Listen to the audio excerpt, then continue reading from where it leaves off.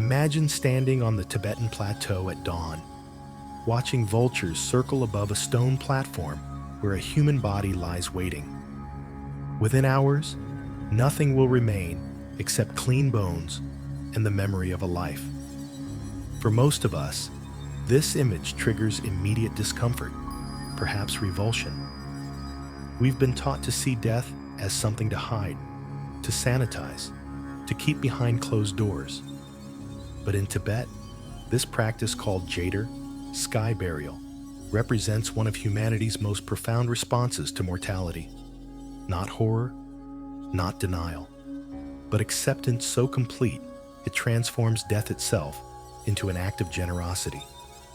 Before we start, a quick roll call.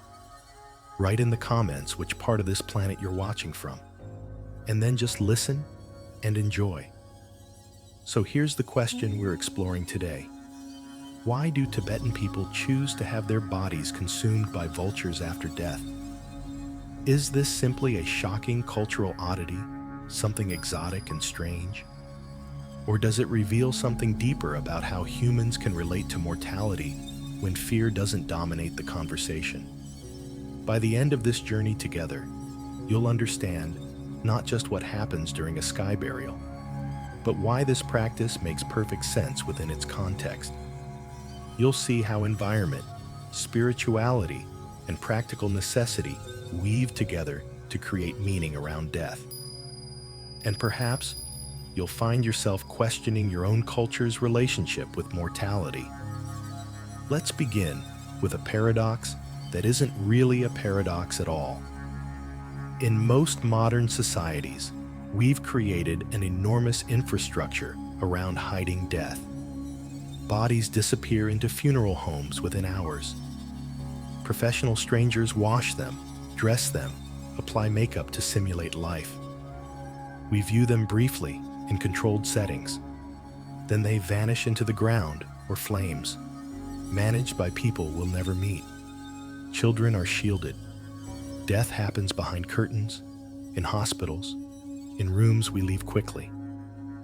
We've built an entire system designed to maintain the illusion that death isn't really part of life. Tibet chose differently. For over 1,000 years, Tibetan Buddhists have practiced sky burial, the ritual dismemberment of human bodies, which are then offered to vultures on exposed mountain platforms. The rogyapas, specialist body breakers, arrive at dawn. They work methodically, using knives that have prepared hundreds, sometimes thousands of bodies. They cut the flesh into pieces. They crack the bones with mallets and mix the fragments with barley flour to ensure nothing is wasted. Then they step back and wait. The vultures descend. Within an hour or two, perhaps 3, the body is gone. Return to the cycle, transformed into flight. To Western eyes, this might seem brutal, primitive even. But watch the faces of Tibetan families at a sky burial, and you'll see something unexpected. Peace. Sometimes tears?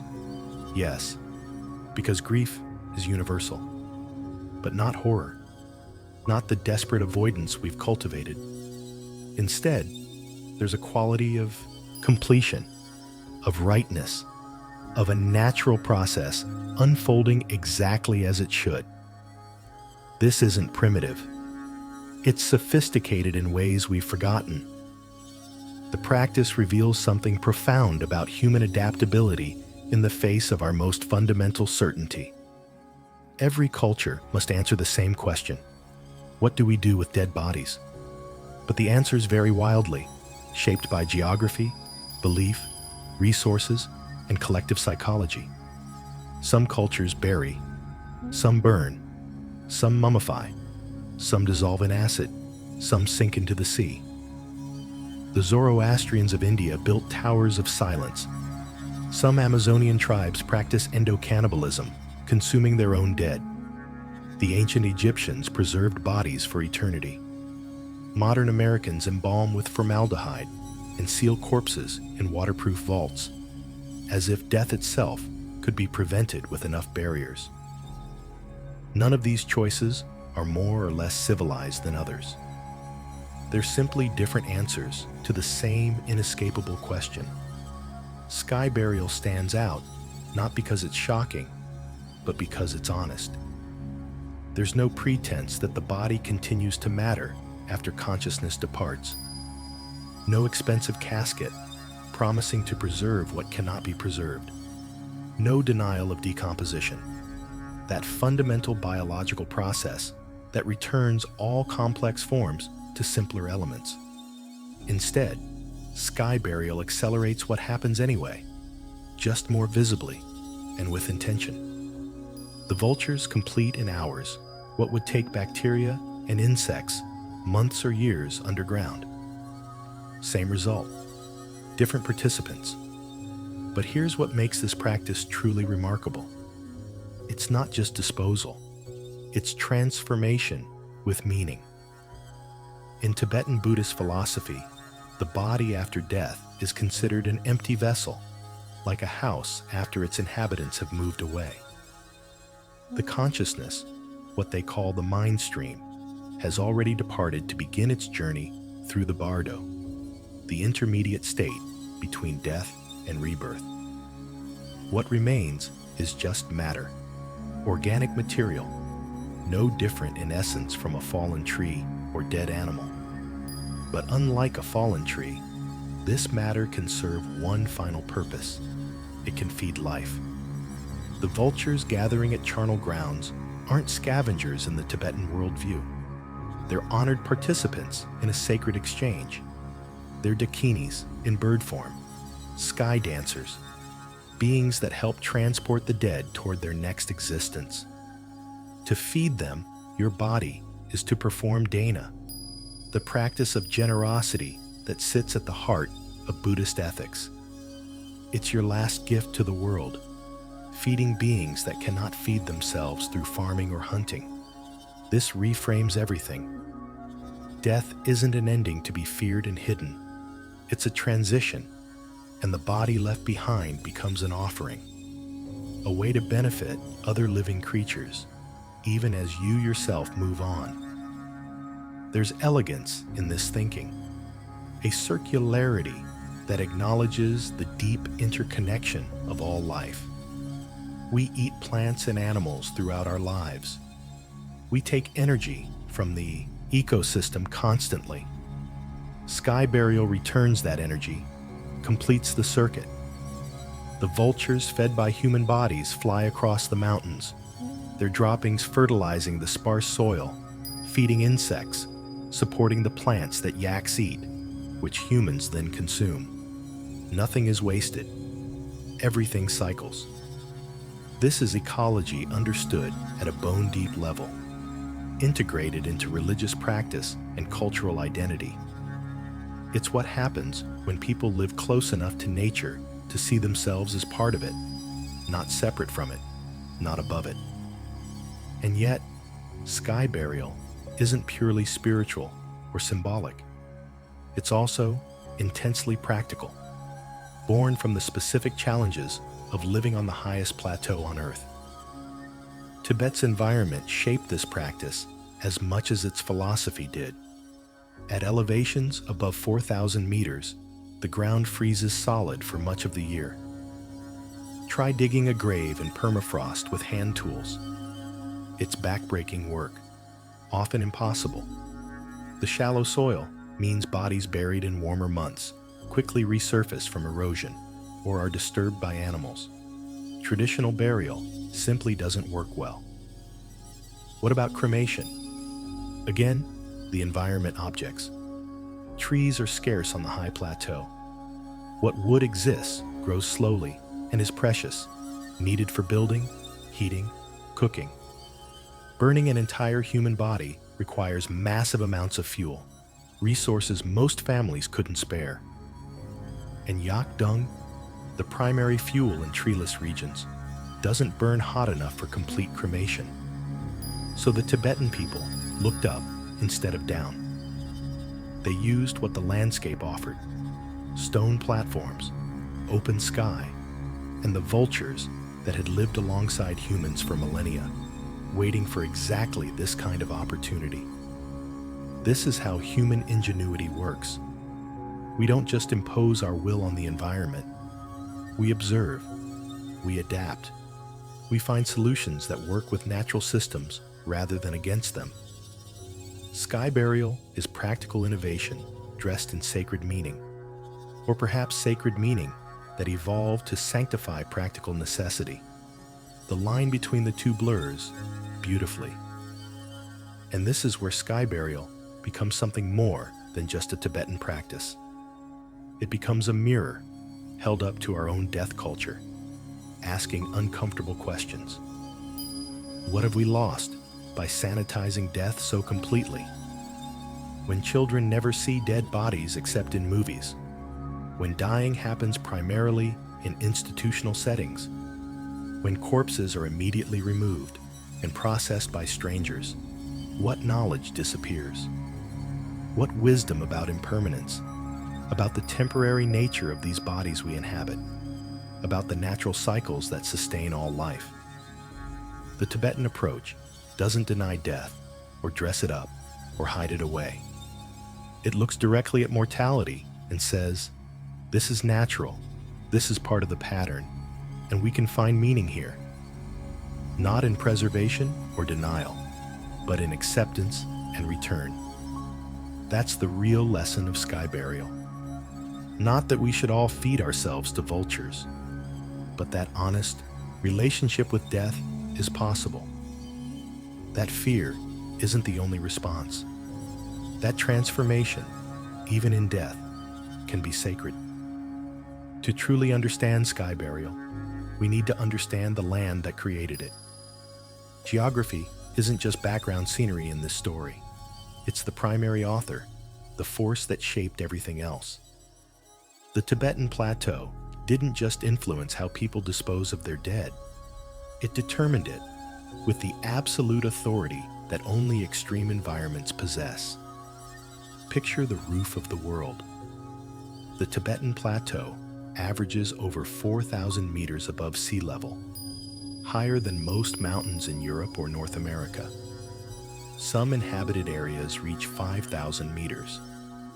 The air here holds 40% less oxygen than at sea level. Water boils at 85 degrees Celsius instead of 100. The human body operates at its absolute limits, every cell working harder just to maintain basic function. This is borderline altitude where permanent human habitation becomes questionable. The cold here isn't winter cold. It's existential cold, the kind that defines everything. Summer nights regularly drop below freezing. Winter temperatures plunge to -30, -40 Celsius. The ground freezes solid, sometimes to depths of several meters, and stays frozen for 8 or 9 months of the year. Even in the brief summer thaw, only the top layer of soil softens. Below that, permafrost remains, hard as concrete. Now imagine you need to bury someone you love in this ground. You take your shovel, wooden or metal, makes no difference. You strike the earth, and the impact shudders up your arms. The ground doesn't yield. It doesn't crack or chip away easily. You're essentially trying to dig through frozen stone, using hand tools at an altitude where every breath comes hard and physical exertion quickly exhausts you. Hours of backbreaking work might produce a shallow scrape, barely deep enough to place a body, certainly not deep enough to protect it from the elements or animals. And this assumes summer. In winter, forget it entirely. The ground becomes impenetrable, and you're working in conditions that threaten your own survival. Frostbite, hypothermia, exhaustion at altitude, these aren't abstract concerns. They're immediate dangers that make grave digging potentially lethal for the living. But let's say you succeed somehow. You manage to excavate a grave through tremendous effort. You place the body inside and cover it with the shallow soil available. What happens next? The Tibetan Plateau experiences extreme temperature swings. Freeze-thaw cycles are constant during transitional seasons. Water expands when it freezes, contracts when it thaws. This creates powerful mechanical forces that churn the soil.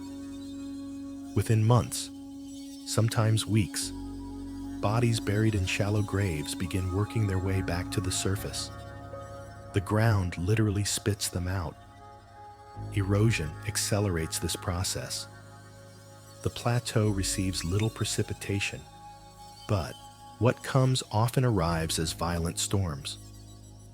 With minimal vegetation to hold soil in place, water rushes across the landscape, carving gullies, exposing whatever lies beneath.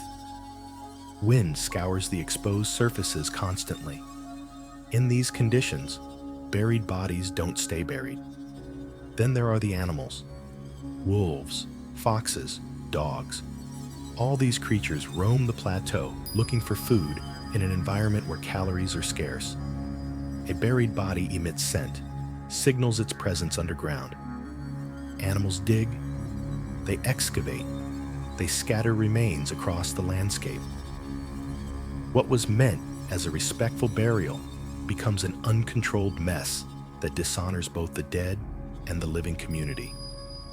So traditional burial, the method chosen by perhaps the majority of human cultures throughout history, simply doesn't work here. The earth rejects it. What about cremation then? Fire has served cultures worldwide as a method of transforming bodies after death. It's clean, relatively quick, and reduces the body to sterile ash and bone fragments that pose no health risks. Hindu traditions have practiced cremation for millennia. The ancient Greeks and Romans used it extensively. Modern societies increasingly choose it. Surely cremation could work on the plateau? Again, the environment says no. Cremation requires fuel, and lots of it. A human body contains significant water weight and doesn't burn easily without sustained, intense heat. Traditional funeral pyres in forested regions use hundreds of kilograms of wood, sometimes over 1,000 kilograms, burning for 4 to 6 hours to fully reduce a body to ash. In India, even with abundant wood, traditional cremation consumes resources equivalent to several trees per body. Now look at the Tibetan Plateau. Tree line on the Himalayas ends around 4,000 meters. Above that elevation, which covers most of inhabited Tibet, trees simply cannot grow. The combination of low temperatures, intense ultraviolet radiation, short growing season, and thin air makes tree survival impossible. What vegetation exists consists mainly of low grasses, hardy shrubs, and tough alpine plants clinging close to the ground. Wood, in this environment, is precious beyond calculation. What little exists must be transported from lower elevations at great expense and effort. A single wooden beam represents weeks or months of labor. Families treasure wooden furniture, passing pieces down through generations. Wooden supports in homes are considered valuable assets. The idea of gathering enough wood to cremate a body is economically absurd, like suggesting someone burn their entire house to cook a single meal. But couldn't they use something else? What about yak dung, the primary fuel across the plateau? Dried yak dung burns, and Tibetan families use it daily for cooking and heating. It's renewable, abundant wherever herds graze, and costs nothing but collection effort. However, dung burns at much lower temperatures than wood. It produces steady, moderate heat excellent for boiling water or cooking food, but insufficient for cremation. To fully cremate a body requires temperatures around 800 to 1,000 degrees Celsius, sustained for hours. Yak dung fires reach perhaps 400 to 500 degrees at best, and they consume quickly, requiring constant feeding and tending. You could attempt cremation with dung, certainly, but you'd need enormous quantities, far more than a typical family could gather or store. The process would take many hours, possibly days, and likely wouldn't achieve complete combustion. You'd end up with partially burned remains, tissue and bone mixed together, creating exactly the kind of situation that sky burial avoids, an incomplete transformation that leaves biological material to decay uncontrolled. Some wealthy Tibetan families did and do choose cremation, particularly for high lamas and important religious figures. But even then, it's understood as an expensive, resource-intensive choice, requiring special preparations and significant wood imports from lower elevations. It's not scalable for general population use. For ordinary people, cremation remains impractical. So the two most common worldwide methods for handling human remains, burial and cremation, both fail under Tibetan conditions. The environment eliminates them as viable options through simple physical constraints. This left Tibetan culture facing a genuine problem. Bodies must be dealt with somehow. They decompose, create health hazards, attract scavengers. Leaving them unmanaged isn't an option in communities living in close quarters. The dead cannot simply be ignored or abandoned. Necessity drove innovation. And here's where we see human ingenuity at its most elegant. Rather than fighting the environment, rather than trying to force unsuitable methods to work, Tibetan culture looked at what the landscape offered and found an unexpected solution. The plateau provided two abundant resources: stone and sky. Stone for building platforms, permanent structures that required no maintenance and withstood the harsh climate perfectly.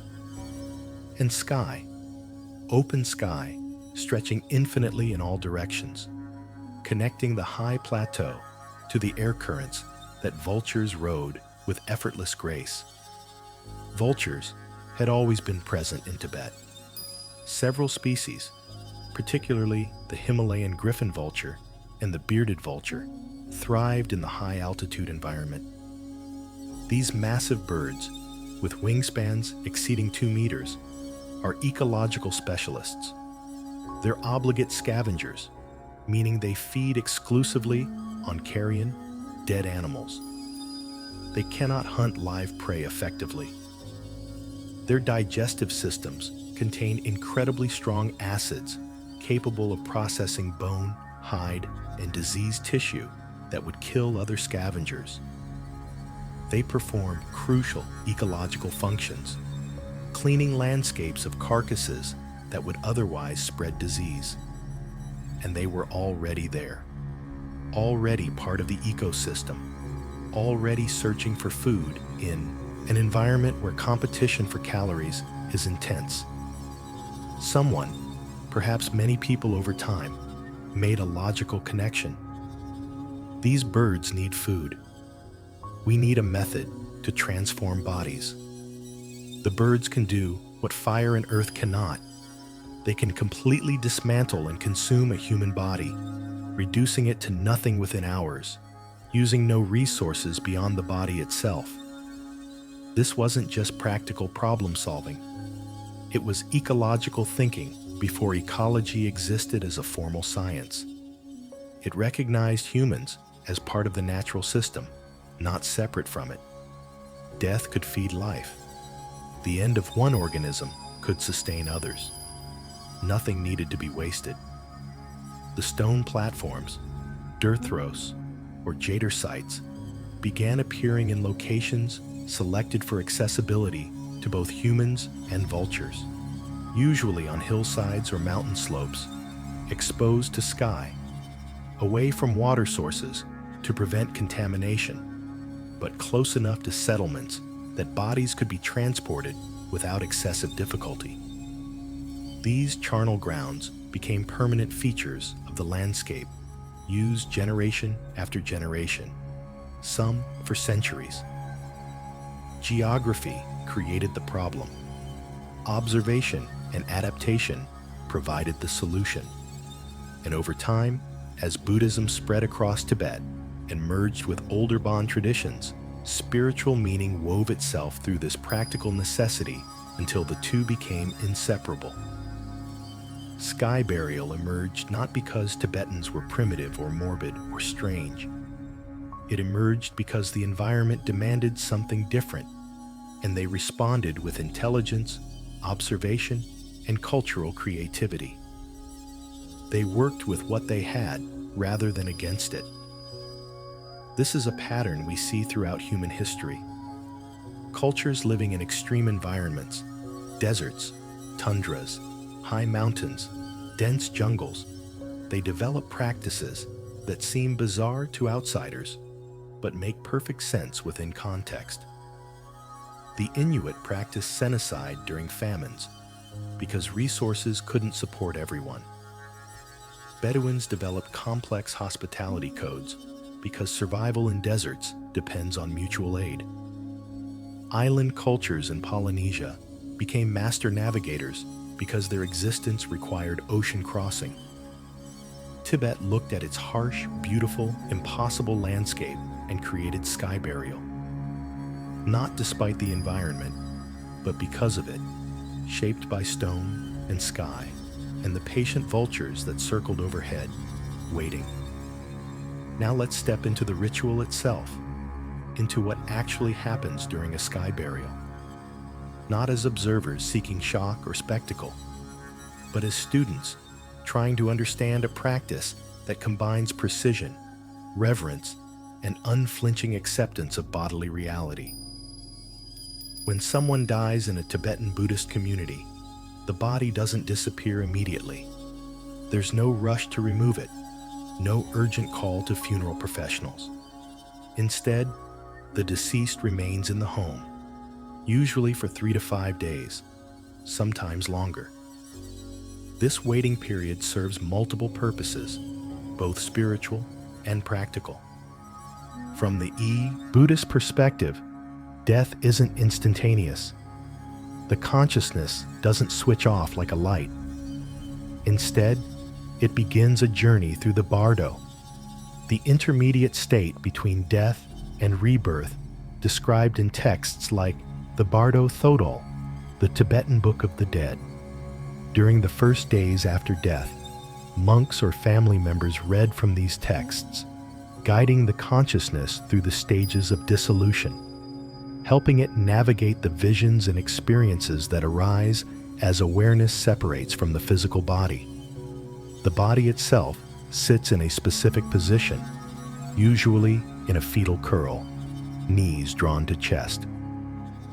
This position has practical advantages we'll see later, but it also carries symbolic weight, representing return to the beginning, the position we held before birth, suggesting the cyclical nature of existence.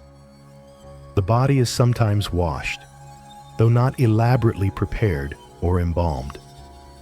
Tibetan Buddhist culture doesn't practice body preservation. What matters is the consciousness, not the vessel. During these days, family members grieve, certainly. But the grieving exists within a framework of understanding that softens its edges. This person hasn't ended. They've transitioned. The body in the room is already not them, just the form they wore temporarily. This perspective doesn't eliminate sorrow. Losing someone you love hurts regardless of philosophical framework, but it provides structure and meaning that makes the loss bearable. After the appropriate waiting period, determined by astrological calculation or monastic advice, the body is prepared for transport to the charnel ground. It's wrapped in white cloth and carried often by family members, sometimes by hired porters, to the designated sky burial site. These sites, called durthros in Tibetan, exist at set locations known to the community, often on hillsides with good exposure to sky and wind. places where vultures naturally congregate. At the site, specific individuals wait. These are the rogyapas, the body breakers, practitioners of a profession that sits in a complicated social position within Tibetan culture. Rogyapas are specialists. They've learned their craft through apprenticeship, often within families where the knowledge passes from generation to generation. They understand anatomy. They know which cuts to make, how to disarticulate joints, where to strike bone to fracture it efficiently. They work with tools kept sharp and clean. Large knives for cutting flesh, mallets, or stone hammers for breaking bone, and sometimes barley flour for mixing with bone fragments. Their work is physically demanding and psychologically challenging. They handle decomposing bodies in all weather conditions, in the thin air of high altitude where exertion comes hard.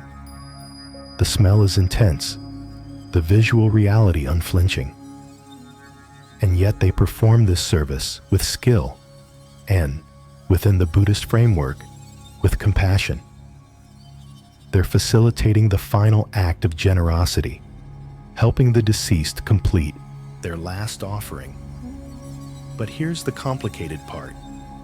Despite performing this essential service, rogyapas traditionally occupied a low position in Tibetan social hierarchy. There's an unfortunate irony here, a cognitive dissonance that appears in many cultures. The work is necessary, even sacred in its way, but those who do it carry stigma. They often lived in separate areas, faced marriage restrictions, experienced social exclusion. This mirrors how other cultures treat necessary but death-adjacent professions: grave diggers, butchers, tanners, people who do work others find distasteful. Buddhism teaches non-attachment and equal respect for all beings, but cultural practice doesn't always align with philosophical ideals. The rogyapas knew this tension intimately. They were needed but kept at distance, performing sacred work while bearing social burden. In recent decades, this dynamic has begun shifting. Some rogyapas have spoken about their profession with pride, emphasizing its spiritual significance. Recognition has grown that they provide essential service, but the historical tension remains part of sky burial's story, a reminder that even traditions framed in philosophy exist within messy human social realities. So the rogyapas wait at the charnel ground as the body arrives. Family members may stay to observe, or they may leave, depending on personal choice and local custom. What happens next proceeds with systematic efficiency. The body is unwrapped and placed on the stone platform. These platforms, worn smooth by countless previous rituals, are usually positioned to catch morning light. Dawn is the traditional time for sky burial, when vultures are hungry from the night and temperatures begin rising, creating thermal currents that help the large birds soar. The rogyapa begins with prayers or mantras, brief acknowledgments of the sacred dimension of what's about to occur. Then the work starts. First comes the removal of clothing, if any remains. Then systematic dismemberment. The rogyapa works methodically, making long cuts to separate flesh from bone, disarticulating joints, the shoulders, hips, knees, elbows.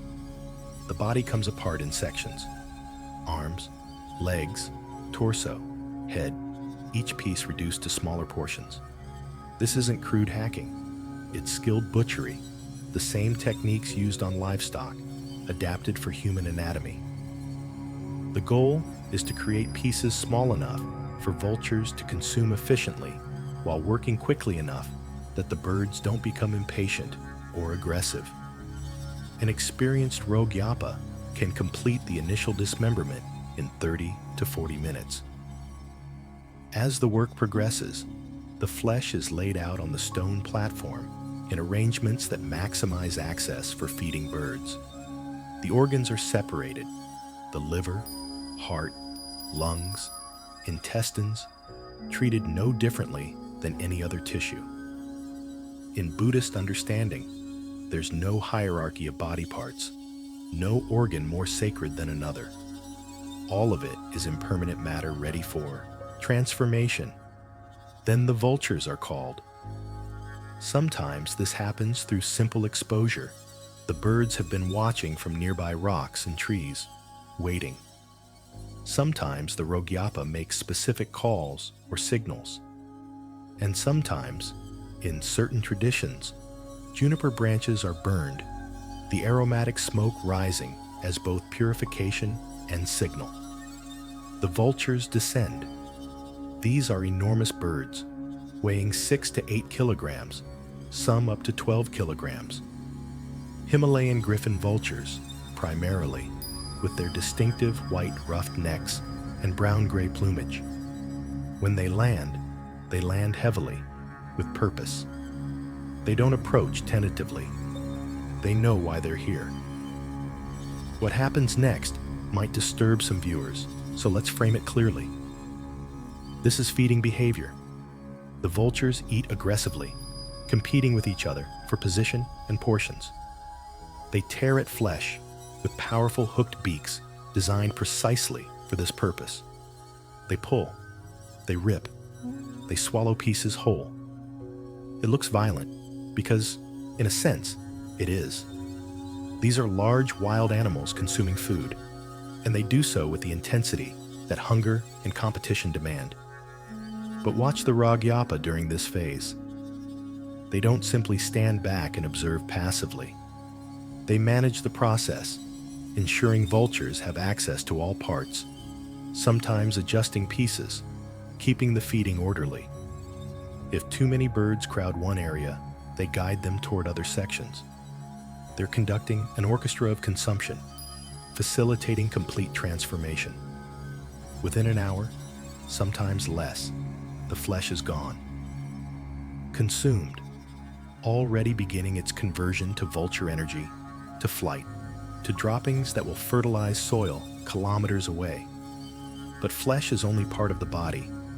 Bones remain, and bones present a challenge. Most vultures can't consume large bones effectively, so the rogyapa continues working. The bones are gathered and broken. Using heavy mallets or hammers, the rogyapa fractures skulls, shatters femurs, reduces the skeleton to fragments. This requires force and understanding of bone structure, knowing where to strike for efficient breaking. The sound of this work, the crack of breaking bone, echoes across the charnel ground. The bone fragments are then mixed with sampa, roasted barley flour, a staple of Tibetan diet. This mixing serves multiple purposes. The flour adds bulk, making the bone pieces easier for vultures to consume. It also provides carbohydrate energy alongside the protein and minerals of bone. And symbolically, it represents the final merging of human sustenance with human remains, life feeding on life in explicit acknowledgement of interdependence. This bone and flour mixture is spread on the platform, and the vultures return. Some species, particularly the bearded vulture or lammergeier, specialize in bone consumption. These remarkable birds have evolved to thrive on skeletal remains that other scavengers abandon. They swallow bone fragments whole, and their digestive systems, with stomach acid more powerful than battery acid, dissolve the material completely, extracting calcium, phosphorus, and marrow nutrients. By mid-morning, usually within 2 to 3 hours of the ritual's beginning, nothing remains on the platform except perhaps bloodstains on stone. The body has been completely transformed, converted into dozens of vultures, now soaring on thermal currents, carrying what was once a person across the Himalayas as dispersed biological energy. The rogyapa cleans the site, washing the stone platform, gathering any tools, ensuring the charnel ground is ready for the next use. Then they leave, the work complete. From a Western perspective, this might seem like the end of involvement, the disposal handled. But in Tibetan culture, the process continues in memory and prayer.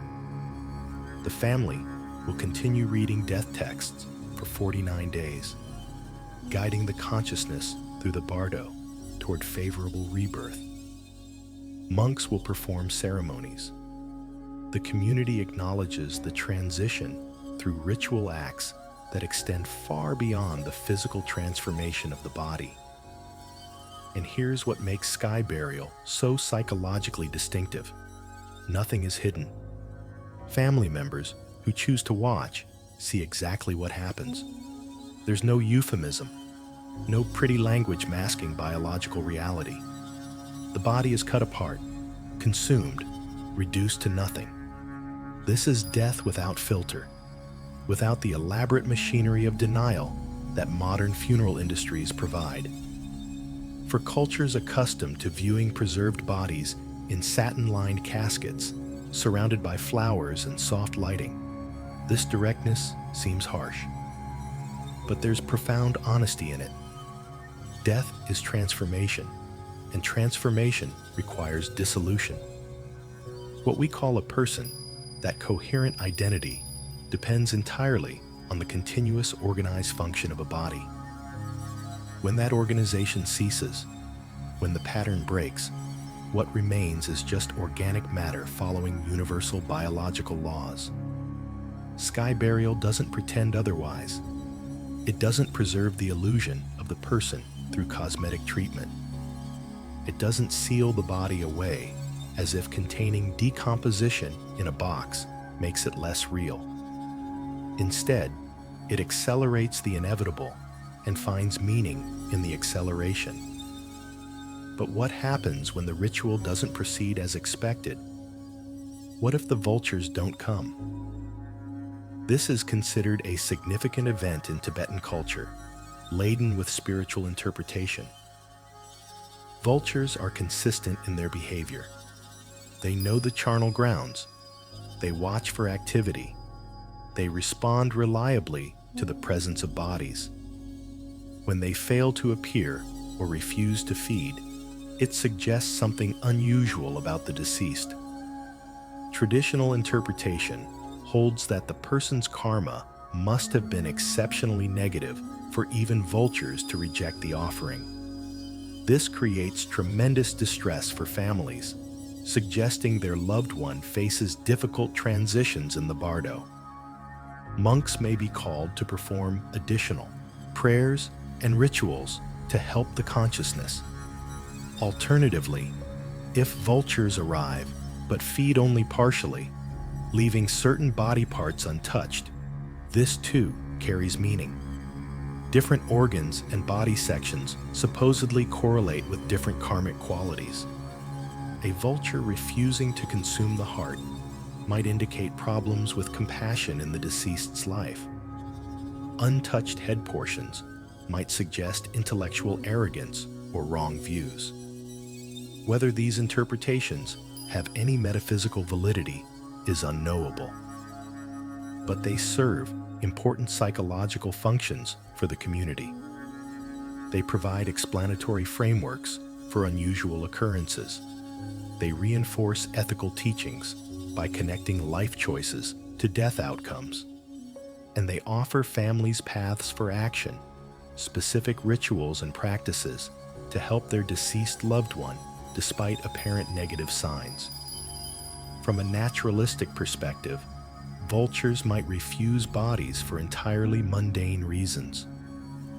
Perhaps the person died from disease that made the flesh toxic or unpalatable. Perhaps the body lay too long before sky burial and decomposition advanced too far. Perhaps the vultures already fed elsewhere that morning and simply weren't hungry. Environmental factors, vulture population dynamics, dozens of variables could explain feeding refusals without invoking karma. But humans are meaning-making creatures. We can't tolerate randomness, especially around death. The spiritual interpretations serve emotional and social needs regardless of their objective accuracy. There's also the practical consideration of what happens when vultures don't complete consumption. The body, or portions of it, must still be dealt with. Sometimes, rogyapas will attempt to attract birds on subsequent days. Sometimes remains are disposed of through other means, burning with whatever fuel can be gathered, or in modern contexts, transportation to facilities capable of cremation.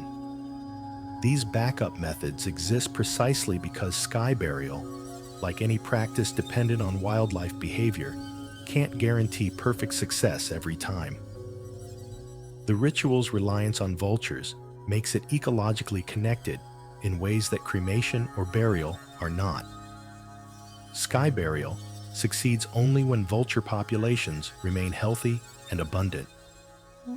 The practice depends on the continued functioning of ecosystems that support these birds. This creates an inherent conservation incentive, though whether Tibetan culture consciously recognized this is debatable. What's certain is that sky burial embedded human death practices directly into ecological cycles. There's no separation, no removal of human bodies from natural systems. We die, vultures eat us. Vultures live and reproduce and eventually die themselves, their bodies feeding other scavengers or decomposing to enrich soil, which grows plants, which feed herbivores, which feed carnivores, which eventually die, and the cycle continues infinitely. Sky burial makes this cycle visible and intentional. It says, we are not separate from nature. Our deaths feed life just as our lives depended on countless deaths before us. Every meal we ate required some organism's end, plant, or animal. Sky burial returns the favor, closes the loop, acknowledges the fundamental exchange that powers all biology. This is perhaps the deepest teaching embedded in the practice, not just about death acceptance or impermanence, though those lessons matter, but about belonging to the web of life completely, including our deaths, especially our deaths. We don't transcend the ecosystem through consciousness or culture.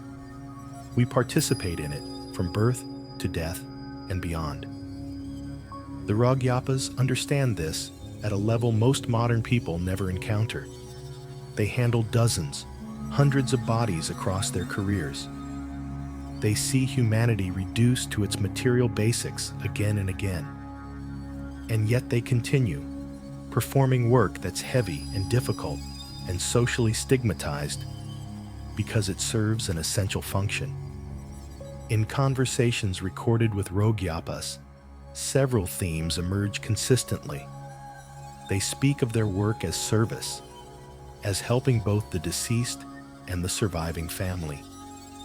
They describe feeling that they're facilitating important transitions, making possible the final act of generosity.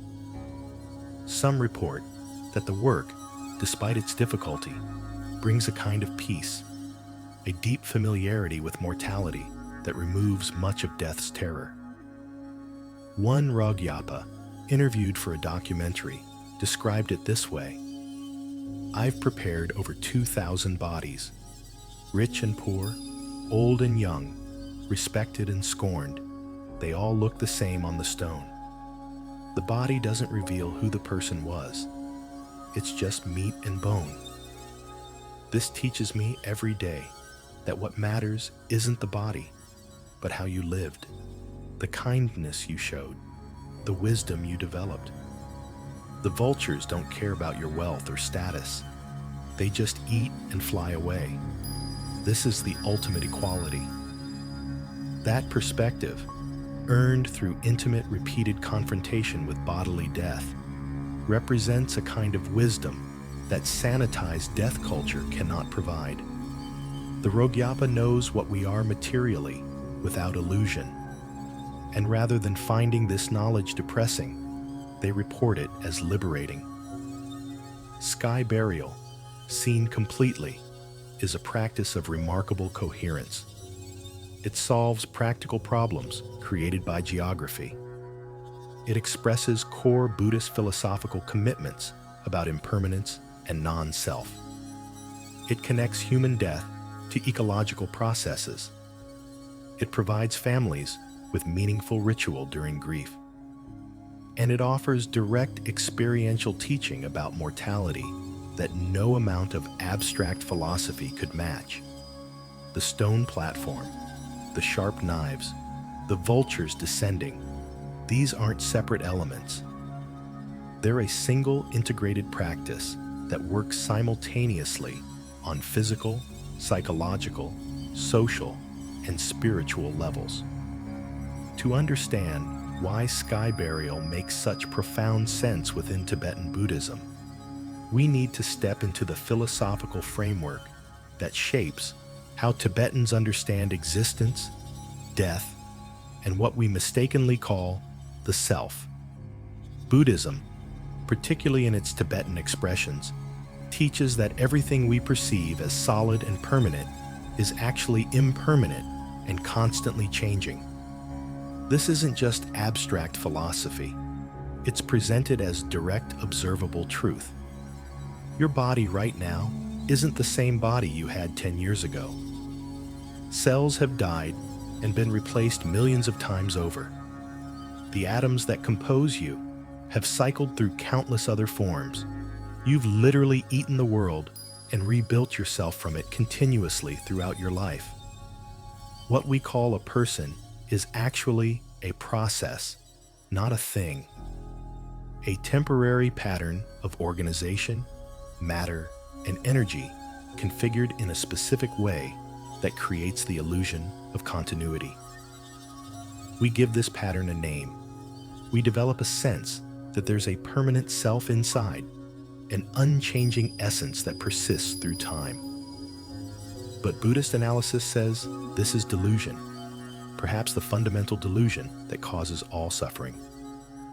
This teaching is called anatta, or anatman, non-self. There is no permanent, unchanging soul or essence. What exists is a stream of consciousness, thoughts, and sensations arising and passing moment by moment, with no solid entity behind them. You are more like a river than a rock, a flowing process that seems continuous, but is actually made of countless discrete moments of experience, none of them permanent, none of them constituting a fixed self. When death comes, Buddhist philosophy says the body and mind separate. The physical form, the skandhas that created the appearance of a person, dissolve. The body returns to basic elements, but the consciousness, that stream of awareness shaped by karma and habit patterns, continues. It enters the bardo, the intermediate state between death and the next birth. This consciousness carries no physical substance. It's not located in the brain or heart.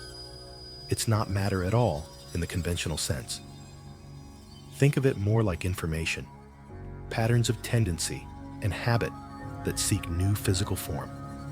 Eventually, driven by karma and desire, this consciousness connects with new conception, enters a new body, and the cycle of birth and death continues.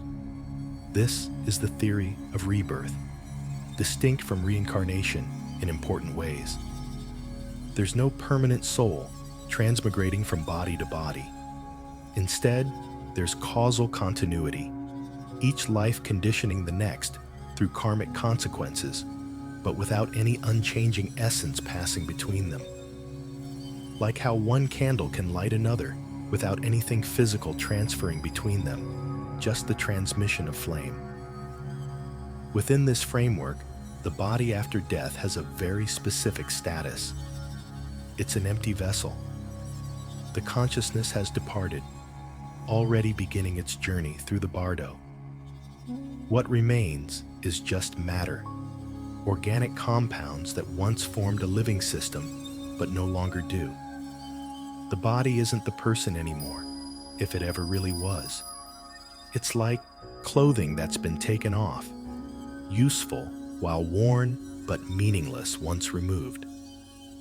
This creates a radically different relationship to corpses than exists in cultures that believe in bodily resurrection, or that the soul remains somehow connected to physical remains. In Christianity, for example, the body awaits resurrection, which encourages preservation and respectful burial. In many indigenous traditions, the body retains spiritual connection to the deceased, requiring careful treatment to avoid disturbing the dead. But in Buddhism, particularly Tibetan Buddhism, the body is decisively finished. Its role is over.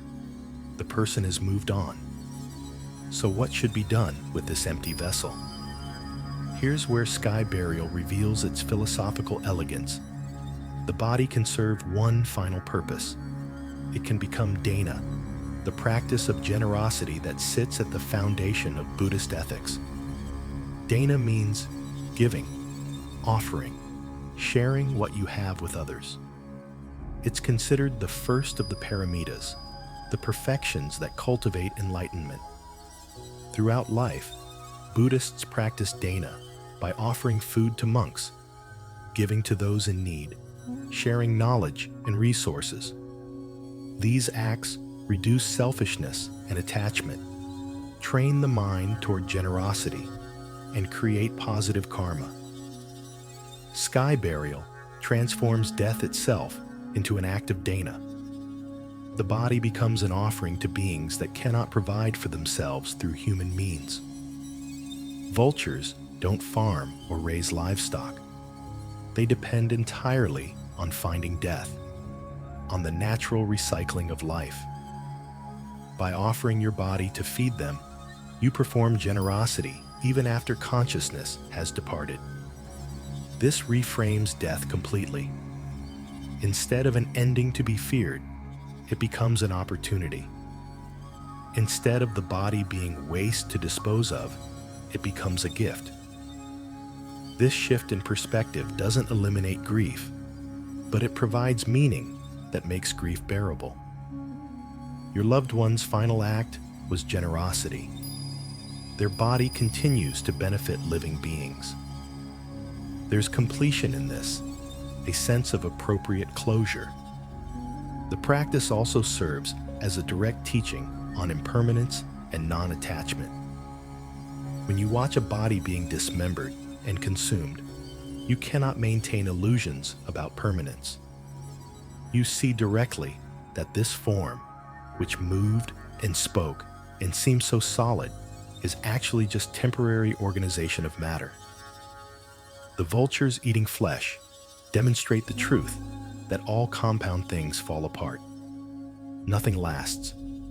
Everything returns to simpler forms eventually. This might seem morbid, deliberately confronting people with death's physical reality. But from the Buddhist perspective, avoiding death is avoiding truth. One of the core practices in Tibetan Buddhism involves meditation on death and decomposition. Monks study texts describing the stages of bodily decay.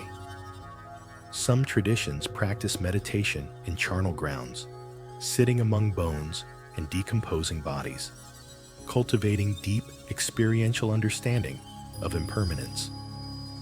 The point isn't to become depressed or nihilistic. The point is to see through the illusion that this body, this life, this identity will last forever. Because that illusion, that denial of impermanence, causes tremendous suffering. We cling to what cannot be kept. We fear losing what must inevitably be lost. This clinging and fear poison our experience, prevent us from living fully in the present, trap us in cycles of anxiety and disappointment. Sky burial cuts through this illusion. with surgical precision. The body you thought was you, that you groomed and protected and identified with, gets reduced to nothing in a few hours. If that body was truly you, then you've been completely destroyed. But Buddhist teaching says that body was never really you anyway. You were the consciousness, the awareness, and that continues independent of physical form. Watching sky burial drives this teaching from abstract concept to visceral knowledge. Families who observe the ritual reportedly experience profound shifts in understanding. The person they loved wasn't the body being consumed.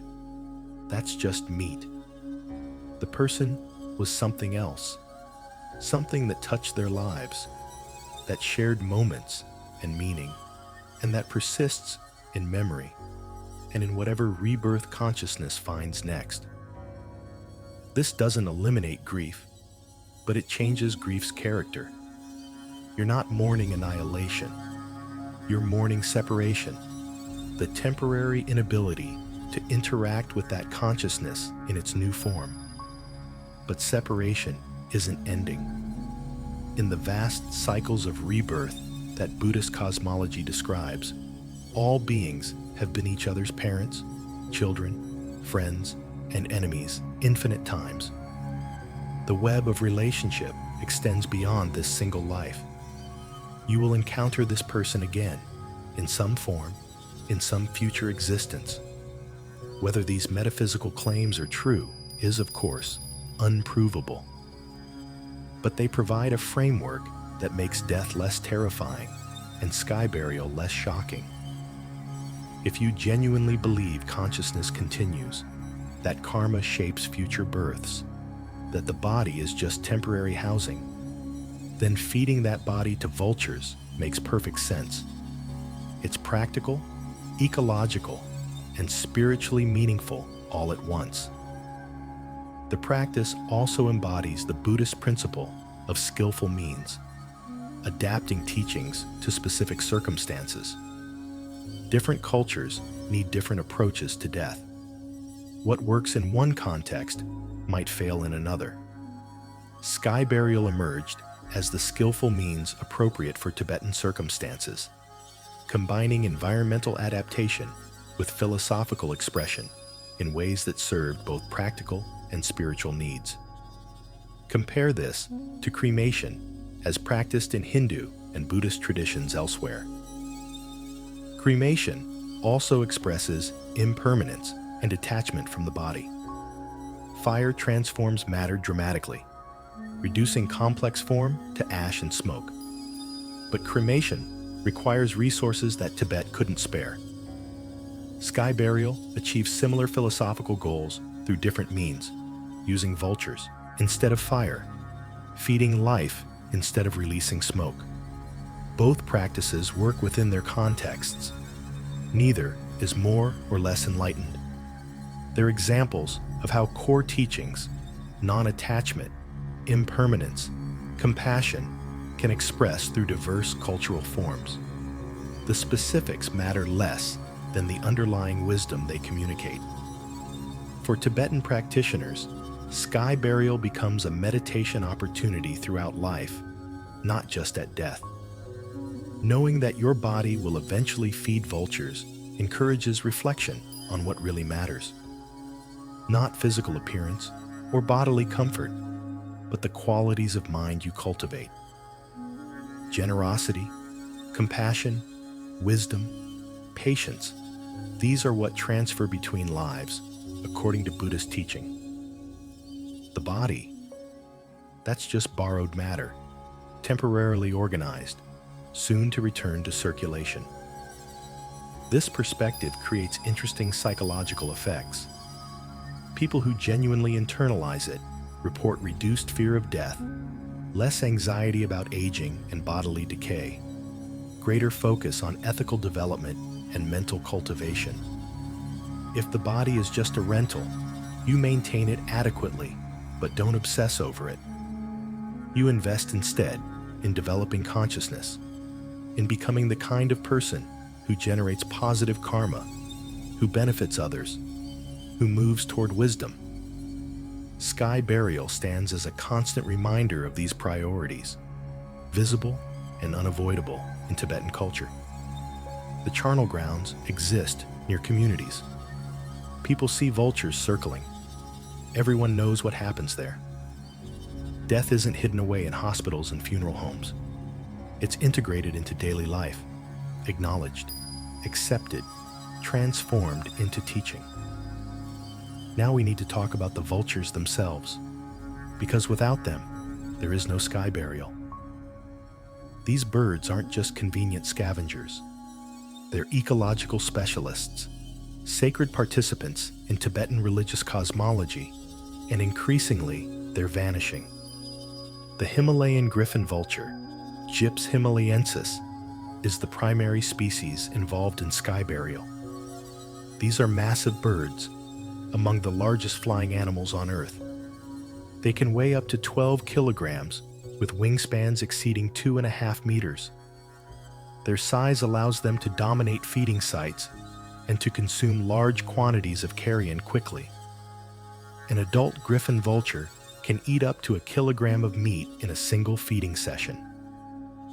These birds are perfectly engineered for their role as nature's cleanup crew.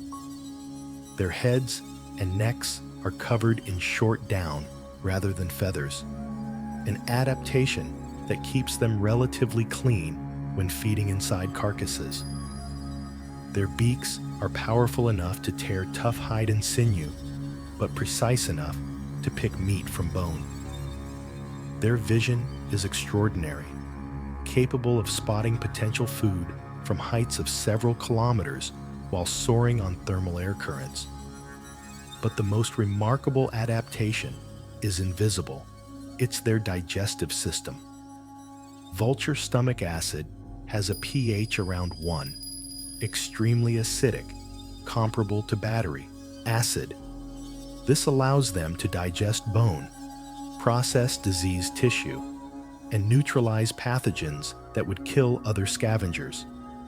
They can safely consume meat from animals that died from anthrax, cholera, rabies, diseases that make carcasses deadly to most creatures. The vultures break down these pathogens completely, preventing disease spread through the ecosystem. This makes vultures critical ecological actors. They're nature's sanitation workers, removing dead animals that would otherwise decompose slowly, breeding flies and bacteria, potentially contaminating water sources and spreading illness. In ecosystems with healthy vulture populations, disease transmission drops significantly. Carcasses disappear within hours instead of lingering for days or weeks. In Tibetan culture, vultures hold additional significance beyond their ecological role. They're seen as dakinis in bird form, sky dancers, semi-divine feminine beings that move between earthly and spiritual realms. This association elevates vultures from mere scavengers to sacred participants in death rituals. They don't just eat bodies, they transport consciousness. They facilitate the transition from one existence to the next. This sacred status means vultures are protected in traditional Tibetan culture. Killing a vulture is considered extremely negative, generating terrible karma. The birds are fed and honored. In some areas, when vultures became scarce, communities would leave offerings of meat to sustain them, recognizing their importance to cultural and spiritual practices. For centuries, this relationship worked beautifully. Tibetan Plateau supported large vulture populations. The birds thrived on a landscape where death was visible and accessible, where livestock died from harsh conditions, where sky burial provided regular supplemental feeding. Vultures and humans existed in genuine mutualism, each benefiting the other. Humans had a reliable method for handling bodies. Vultures had predictable food sources. Then everything changed, and changed catastrophically quickly.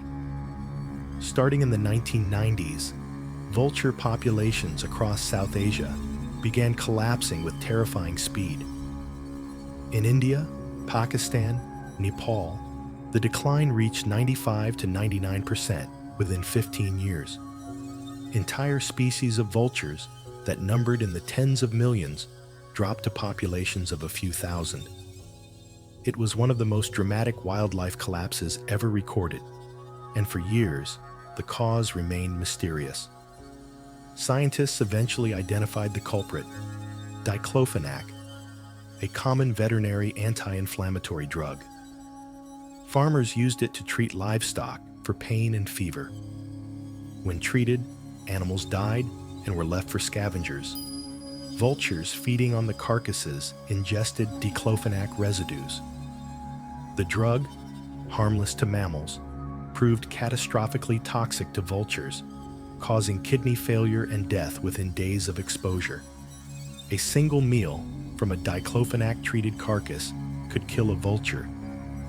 And because vultures are long-lived birds that reproduce slowly, producing only one chick per year, population recovery happens extremely slowly, even after threats are removed. The drug spread widely through agricultural systems before anyone realized what was happening. By the time the connection was discovered and diclofenac was banned for veterinary use in several countries, the damage was done. The Himalayan griffon vulture, being slightly more isolated in high-altitude regions with less intensive agriculture, fared better than lowland species.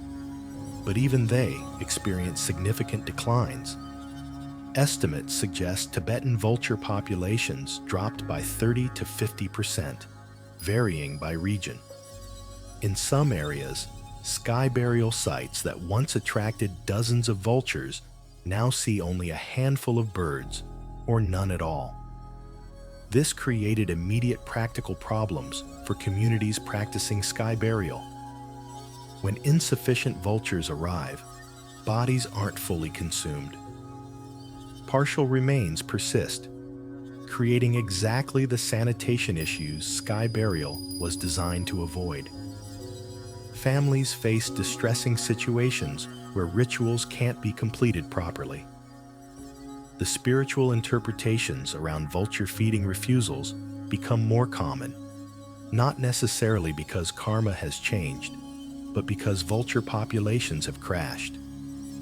Some communities adapted by supplementing vulture populations, leaving meat offerings to sustain remaining birds, creating feeding stations to concentrate vultures near sky burial sites. Others began mixing more methods, attempting partial cremation when vultures couldn't complete consumption, or transporting bodies to areas with healthier vulture populations. But these adaptations only address symptoms. The fundamental problem remains ecological collapse driven by human activity that didn't consider consequences for wildlife. Diclofenac is only one factor. Vultures also face threats from habitat loss, from poisoning by farmers protecting livestock from predators, from collisions with power lines and wind turbines, from declining availability of wild animal carcasses as ecosystems become degraded. The vulture crisis illustrates how quickly traditional practices can become threatened by environmental change.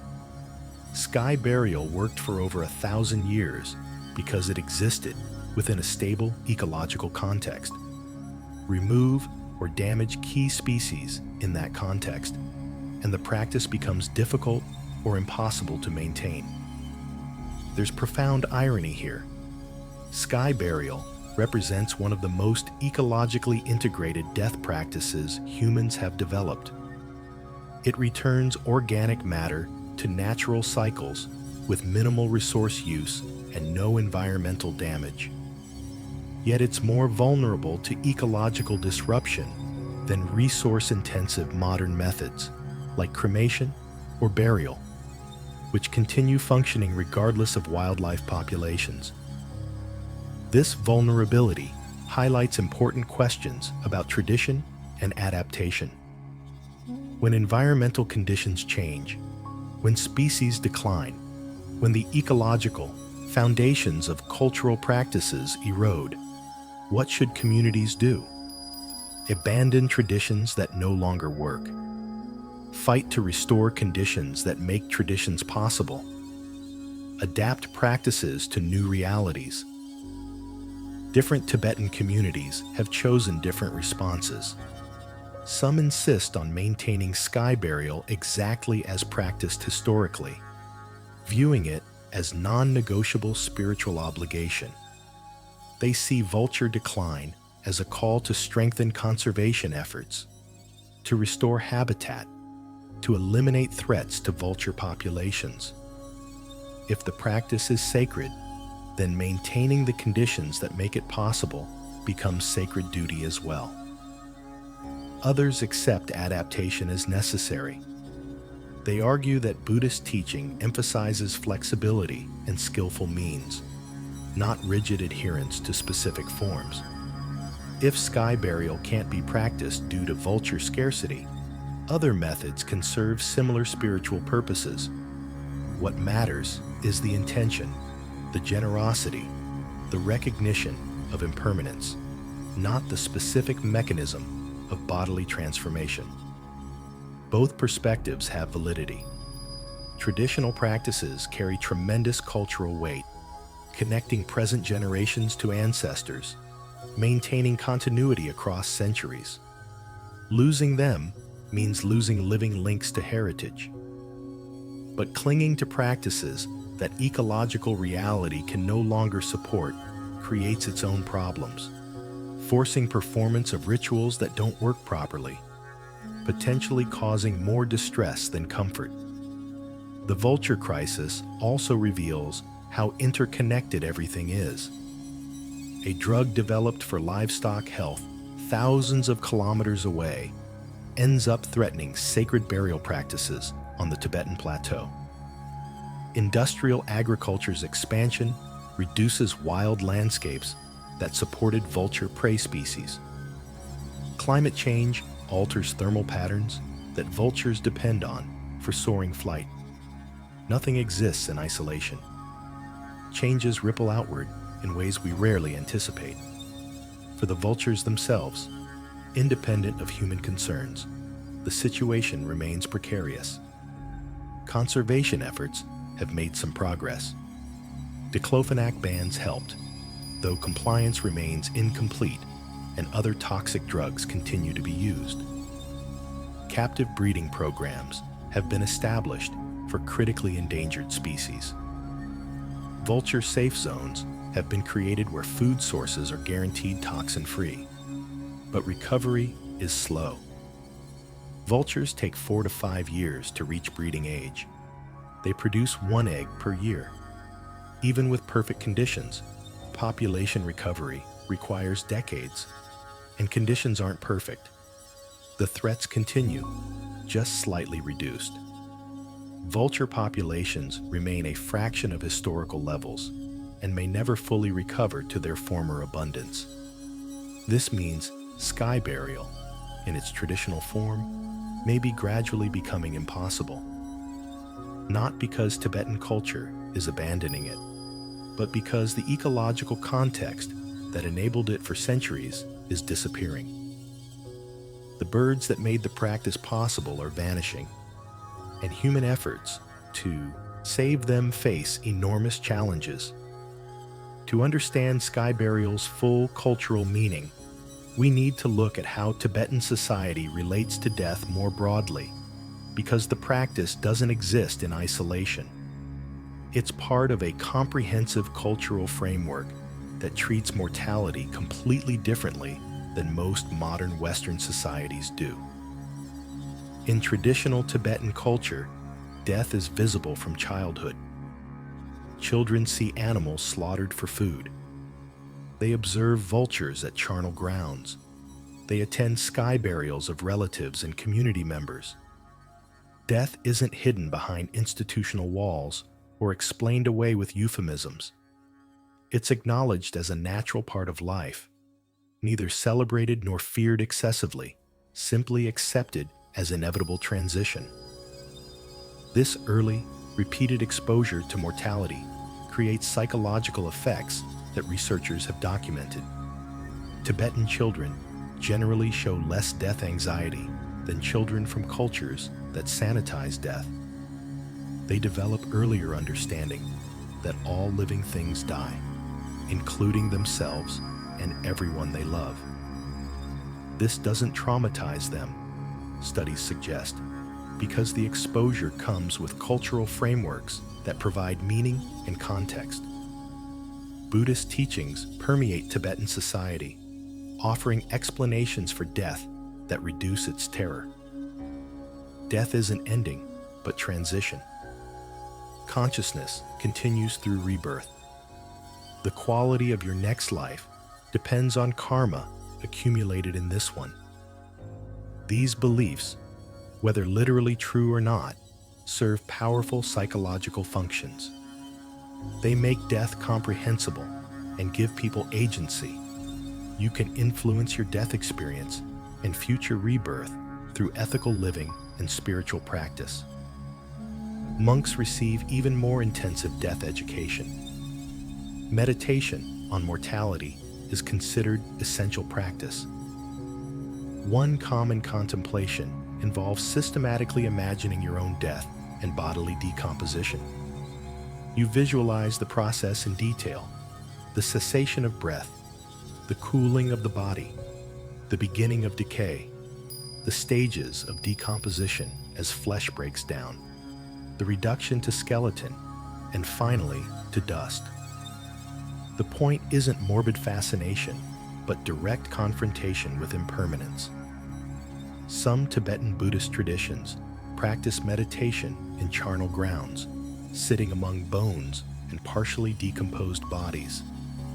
Historically, monks would sit all night in these places, surrounded by the physical evidence of mortality, training themselves to see through attachment to bodily existence.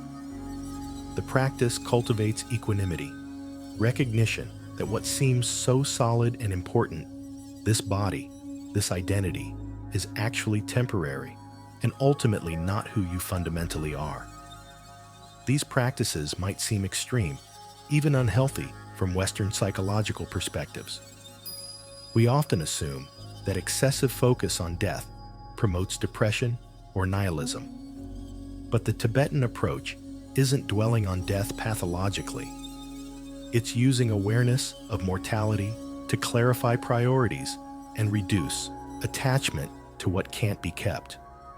When you genuinely internalize that you will die, that everyone you love will die, that everything you build and accumulate will eventually disappear, certain changes follow naturally.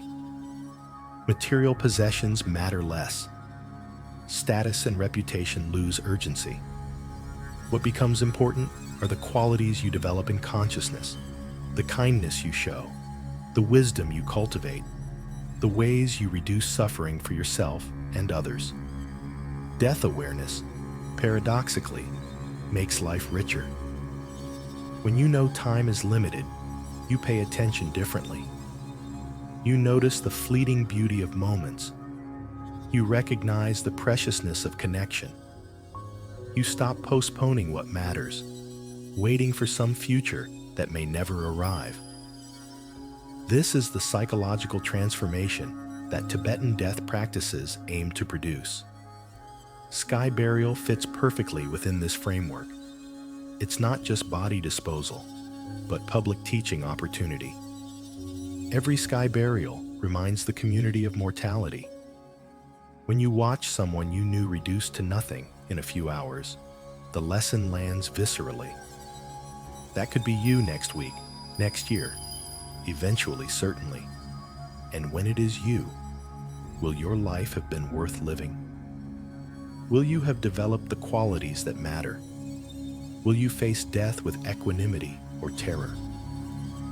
These questions aren't meant to frighten, but to motivate. They're invitations to live with greater awareness, intention, and compassion. Death becomes a teacher, not an enemy.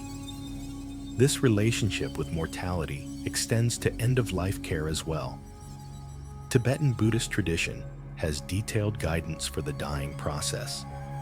The Bardo Thodol, often called the Tibetan Book of the Dead, provides instructions for navigating the experiences that occur as consciousness separates from the body.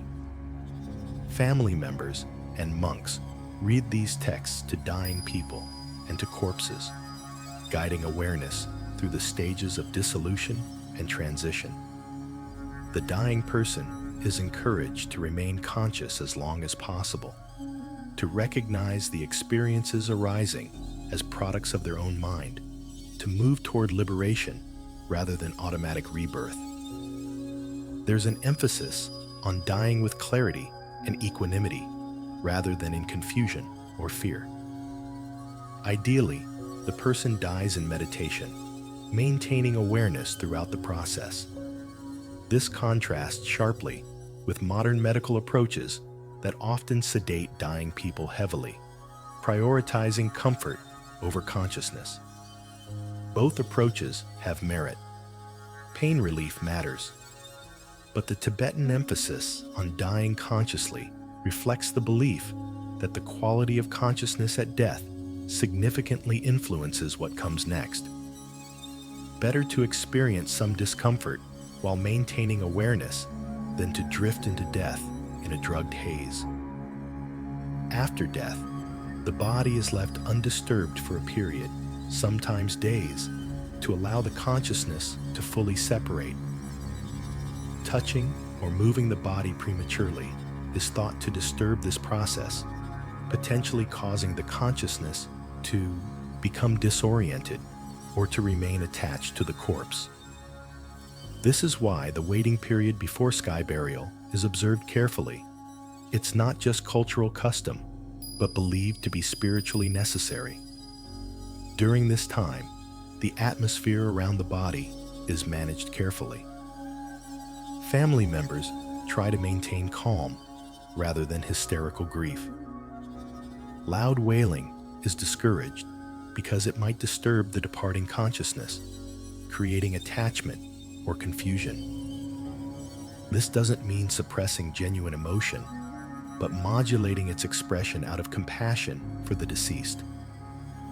Monks perform phawa, consciousness transference practices, helping guide the dead person's awareness toward favorable rebirth or liberation. These involve visualization, mantra recitation, and meditation techniques aimed at influencing the subtle energies and consciousness states occurring during the death transition. Whether these practices actually affect the deceased is unprovable, but they serve important functions for the living, providing active ways to help, reducing feelings of helplessness that often accompany watching someone die. All of this, the childhood exposure to death, the meditation practices on mortality, the detailed guidance for dying, the ritual handling of corpses, sky burial itself, forms an integrated cultural system. Each element reinforces the others, creating a society where death isn't denied or hidden, but acknowledged and integrated into daily life. Compare this to modern Western death culture, if we can even call it a culture. Death has been professionalized, removed from family and community, handed over to specialists. Most people die in hospitals or care facilities, not at home. Bodies are collected quickly by funeral professionals. Families rarely see the dead except briefly at viewings where cosmetics create the illusion of sleep. Children are often excluded entirely, protected from traumatic exposure. Burial or cremation happens with minimal family involvement. We purchase services from strangers who handle everything.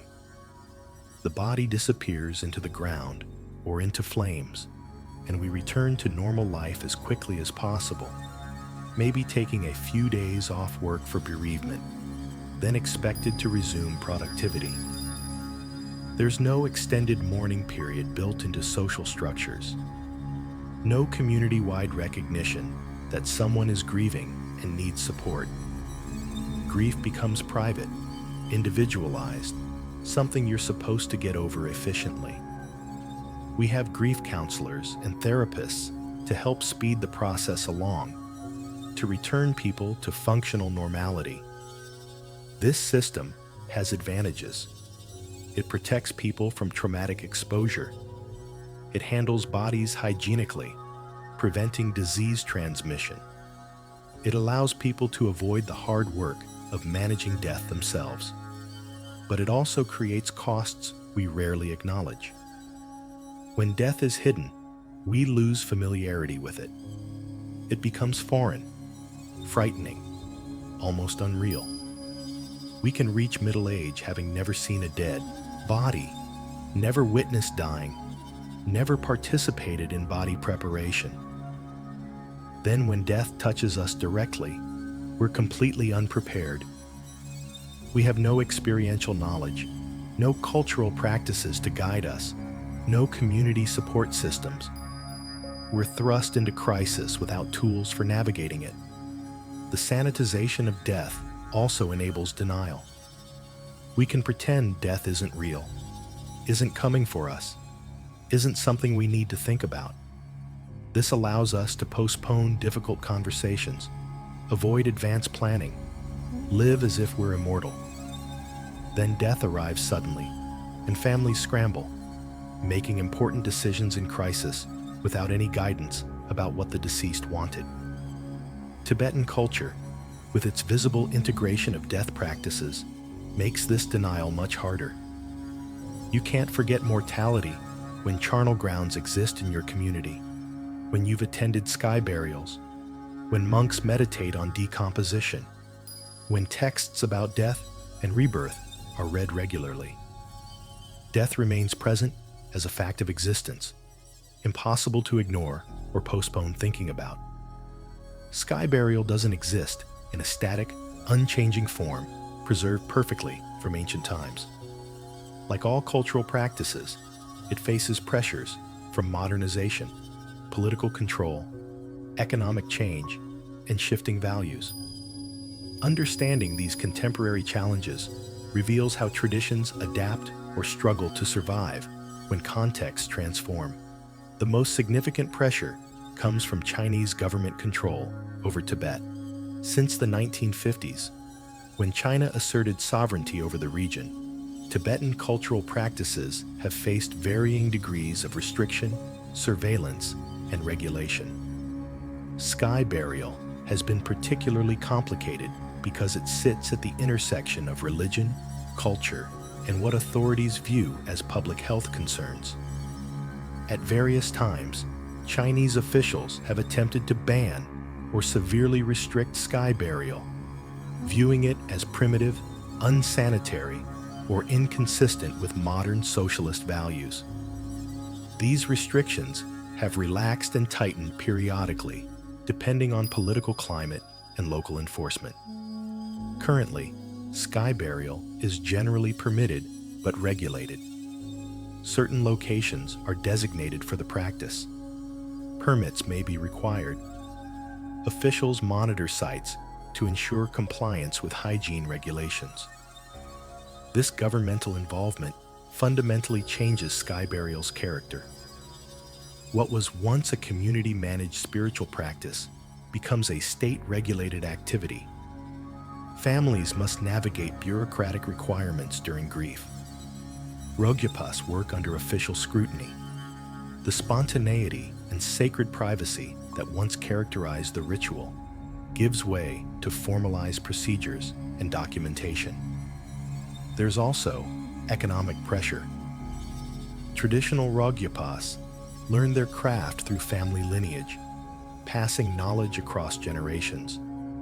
The work provided modest income, though social stigma limited economic mobility. As Tibet modernizes and economic opportunities diversify, fewer young people choose to apprentice as rogyapas. The profession struggles to attract practitioners, leading to shortages in some areas. Some rogyapas have begun charging higher fees to compensate for the difficulty and stigma of the work. This creates accessibility problems for poor families who traditionally could afford sky burial because it required minimal resources.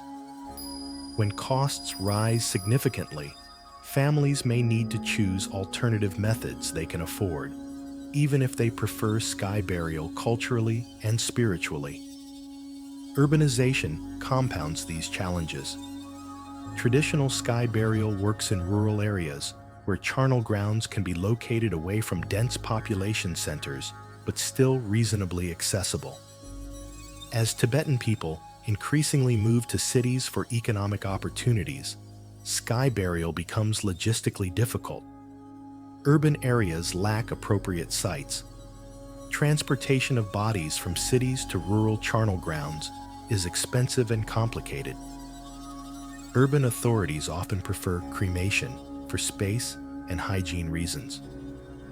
Young Tibetans growing up in cities, attending modern schools, exposed to global media and values, sometimes develop different relationships to traditional practices than their rural elders. Some embrace sky burial as important cultural heritage worth preserving. Others view it as outdated, inconsistent with modern sensibilities, something their generation can move beyond without losing essential identity.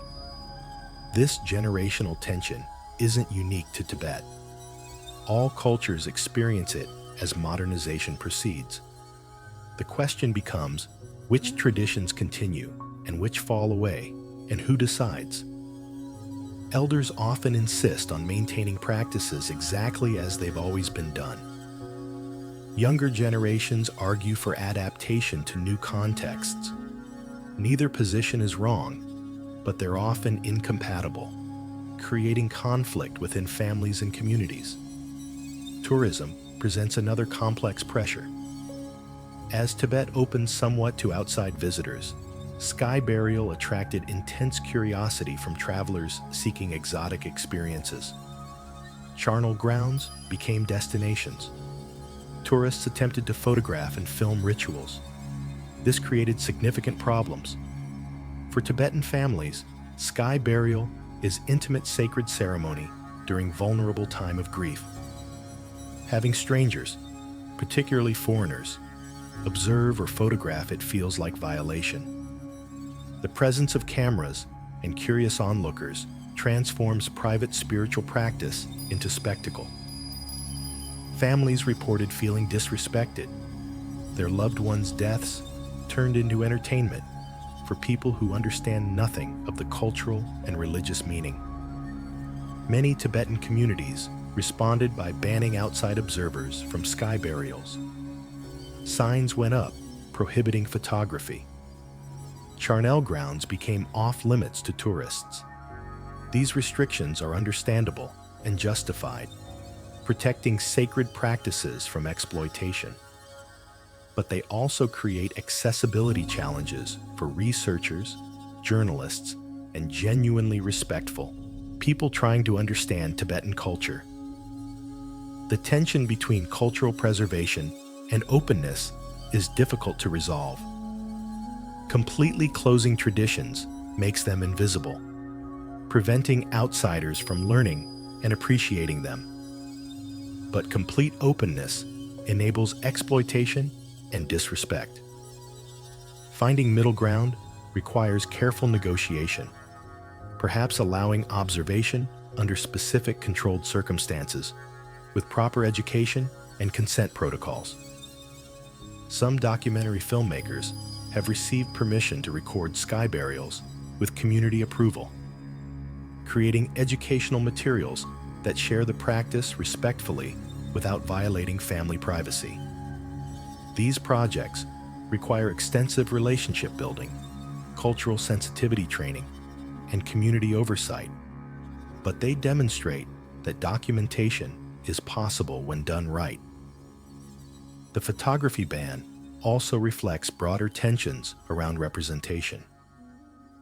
For decades, Western media portrayed Tibet through Orientalist lenses, emphasizing the exotic and mysterious, often framing Tibetans as primitive or backwards. Sky burial featured prominently in these narratives as evidence of Tibetan cultural otherness. Tibetans understandably resist this framing, rejecting external gazes that sensationalize rather than understand. Meanwhile, the Chinese government sometimes uses sky burial in its own propaganda, pointing to the practice as evidence that Tibetan culture was barbaric before Chinese intervention brought modernization and civilization. This rhetorical weaponization of cultural practices creates double binds for Tibetan communities: continue the tradition and risk being labeled primitive, or abandon it and lose important heritage. Political context makes every cultural choice complicated. Sky burial isn't just a burial method, but a statement of identity, resistance, continuity. Maintaining the practice becomes a way of asserting Tibetan autonomy and cultural survival, despite political pressures.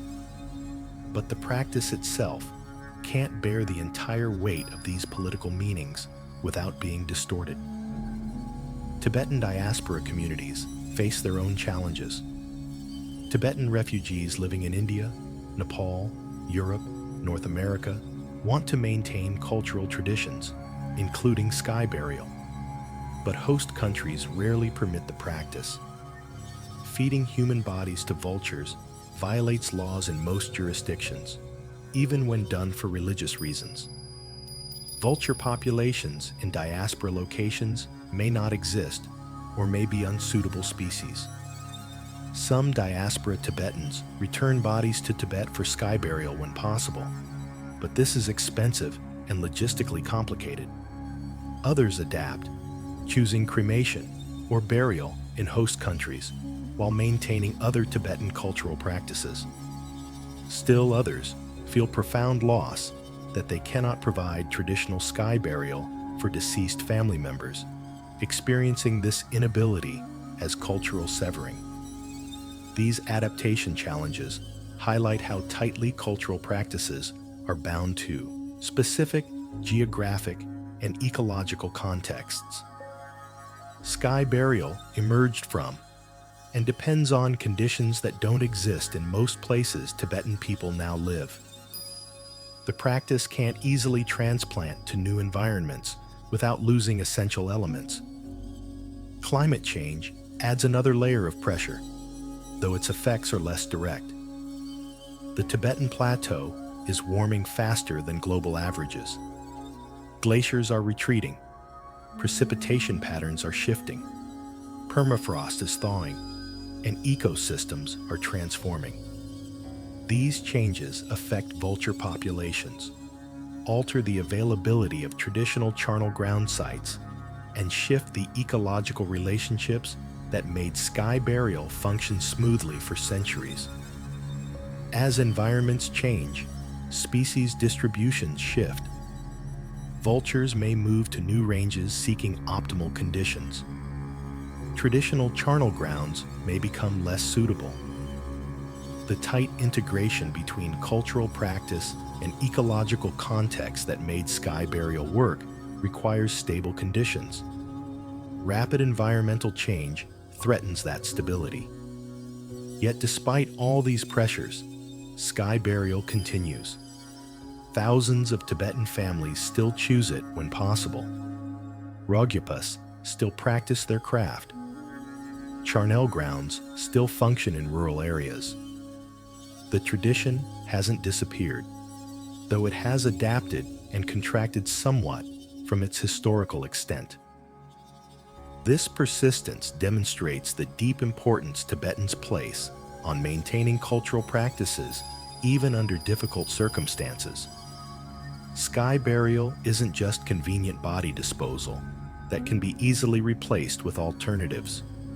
It's expression of identity, connection to ancestors, embodiment of Buddhist philosophy, and assertion of cultural continuity.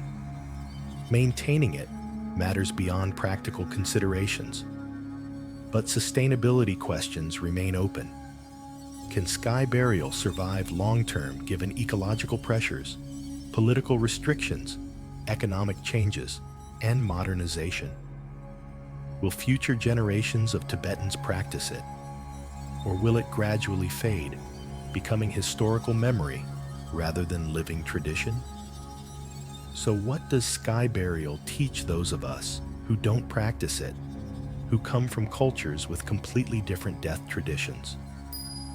What can we learn from this practice that seems so foreign, so challenging to everything we've been taught about how to treat human remains? The first lesson is perhaps the most fundamental. There are many valid ways to relate to death. The method dominant in your culture isn't the only option, isn't necessarily the best option, and definitely isn't the universal human response to mortality. It's just one possibility among many that humans have developed. Western industrial cultures tend toward death denial and sanitization. We hide bodies, embalm them to simulate life, bury them in sealed vaults as if preventing decay, or cremate them and scatter ashes to make the person disappear completely. We use euphemisms, passed away instead of died, remains instead of corpse, we've lost them instead of they're dead. We avoid direct language, shield children, move death behind institutional walls. This approach reduces immediate distress. Not seeing decomposition, not handling bodies, not confronting mortality daily makes life psychologically easier in some ways. But it also creates costs. We lose familiarity with death, making it more frightening when it inevitably arrives. We fail to develop cultural competency around mortality, leaving people isolated and confused in grief. We miss opportunities for the kind of wisdom that comes from regular, honest engagement with our own impermanence. Sky burial represents the opposite approach: radical death acceptance. Nothing is hidden. The body is systematically dismantled in full view. Decomposition is accelerated rather than prevented. Children aren't shielded but included. Death becomes ordinary, not exceptional, integrated into community life rather than outsourced to specialists. This doesn't eliminate grief or fear. Tibetans cry and mourn and experience loss just like anyone else. But it provides frameworks for processing those emotions that feel more sustainable than Western approaches. When death is familiar, it's less overwhelming. When culture provides clear practices and meanings, individuals aren't left to construct understanding alone. The second lesson involves our relationship to our own bodies. Modern culture encourages intense identification with physical appearance and bodily integrity. We invest enormous resources in maintaining, improving, and decorating bodies. Anti-aging industries generate billions of dollars. Cosmetic surgery becomes increasingly normalized. We treat our bodies as projects to perfect, as expressions of identity and worth. Sky burial challenges this completely. It says your body is temporary housing, nothing more. When consciousness departs, what remains has no special status. It's meat and bone, organic matter ready for recycling. Feeding it to vultures isn't disrespectful. It's acknowledging reality and finding meaning in biological transformation. This perspective doesn't require believing in Buddhist rebirth. Even from purely materialist viewpoints, sky burial's logic holds. Your body is organized matter. Death disorganizes it. That matter will return to circulation through some process: bacteria, insects, cremation, burial, or vultures. The specific mechanism matters less than recognizing the fundamental truth. You don't get to keep this body. No one does. Everything organic returns to the cycle. Accepting this might actually reduce anxiety. If the body isn't you, if it's just a vehicle you've inhabited temporarily, then aging and decay become less threatening. You can care for your body adequately without obsessing over it. You can invest more energy in developing qualities that matter beyond physical form. Wisdom, compassion, creativity, connection, all the aspects of being human that aren't reducible to flesh. The third lesson concerns ecology and sustainability. Sky burial is perhaps the most environmentally gentle death practice humans have developed. It uses no resources beyond the body itself. It requires no fuel for cremation, no land for burial, no chemicals for embalming, no manufactured caskets or urns. The body feeds scavengers that are already part of the ecosystem, supporting species that perform important ecological functions. Compare this to modern Western burial practices. Embalming uses formaldehyde and other toxic chemicals that leach into soil and groundwater. Caskets consume massive amounts of wood and metal. Burial vaults made of concrete or steel prevent natural decomposition. Cemeteries occupy huge land areas that could serve other purposes. Lawn cemeteries require water, fertilizers, and pesticides to maintain appearances. The resource consumption and environmental impact are substantial. Cremation is somewhat better, but still requires significant energy. Modern crematory furnaces burn for 2 to 3 hours at extremely high temperatures to reduce a body to ash. The fossil fuel consumption and carbon emissions add up considerably across millions of cremations annually. Growing awareness of these environmental costs is driving interest in green burial movements. Natural burial uses no embalming, biodegradable containers, and allows bodies to decompose naturally in designated woodland areas. Human composting facilities are emerging that transform bodies into soil through accelerated decomposition processes. These approaches echo sky burial's logic. Return bodies to ecological cycles with minimal resource use and maximum environmental benefit. Sky burial demonstrates that humans have known how to die sustainably for centuries. We don't need new technology to make death ecological. We just need to accept biological reality and work with natural processes rather than against them. The fourth lesson involves community and ritual. Sky burial doesn't happen in isolation.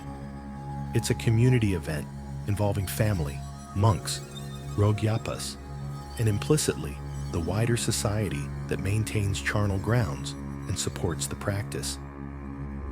Death becomes collective responsibility, not individual burden. Modern Western death culture tends toward individualization. Families hire professionals to handle everything. Bodies are processed privately.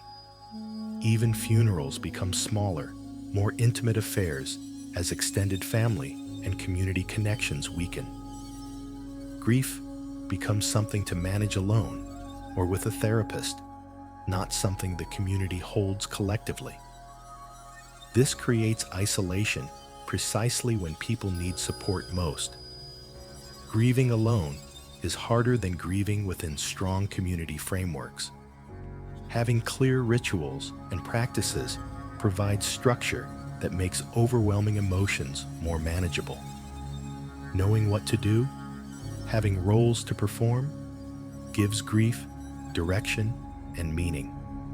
Sky burial rituals provide this structure. The waiting period after death, the prayers and readings, the transport to the charnel ground, the ceremony itself.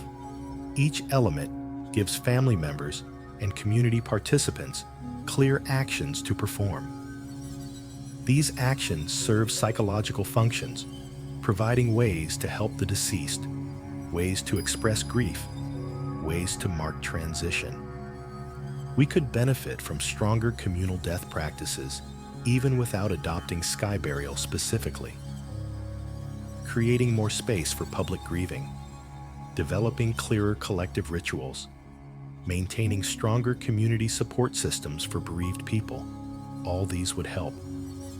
Death shouldn't be something people face alone. The fifth lesson is perhaps the most subtle. Death can be transformative rather than just tragic.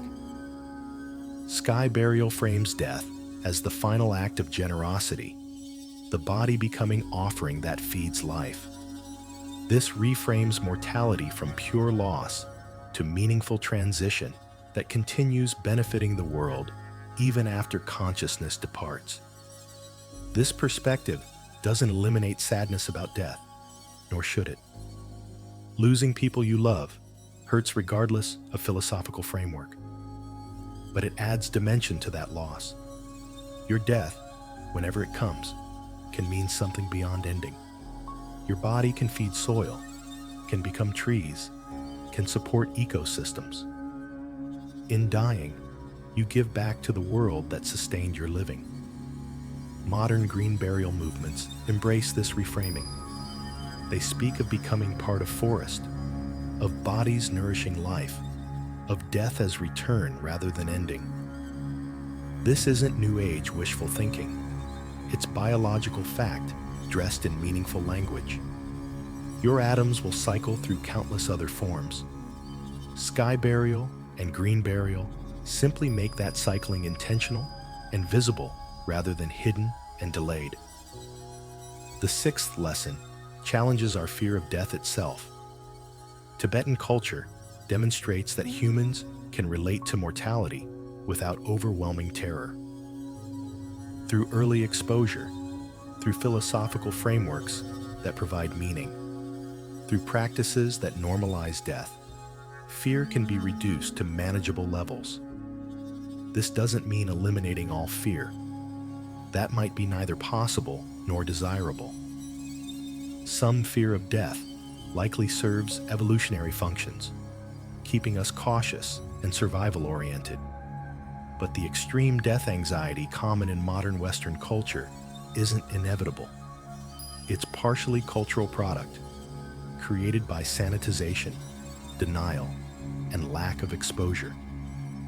We could choose differently. We could allow children age-appropriate exposure to death. We could maintain family involvement in care of bodies.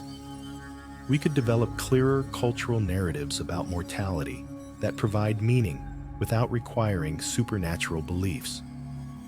We could make death more visible and ordinary rather than exceptional and hidden.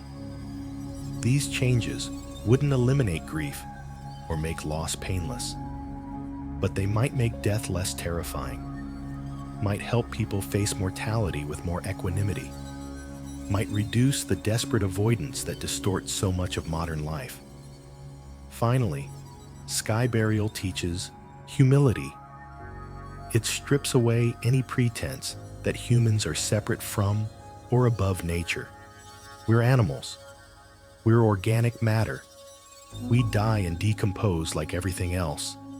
No amount of cultural achievement or technological advancement changes these fundamental facts. There's something clarifying about this recognition.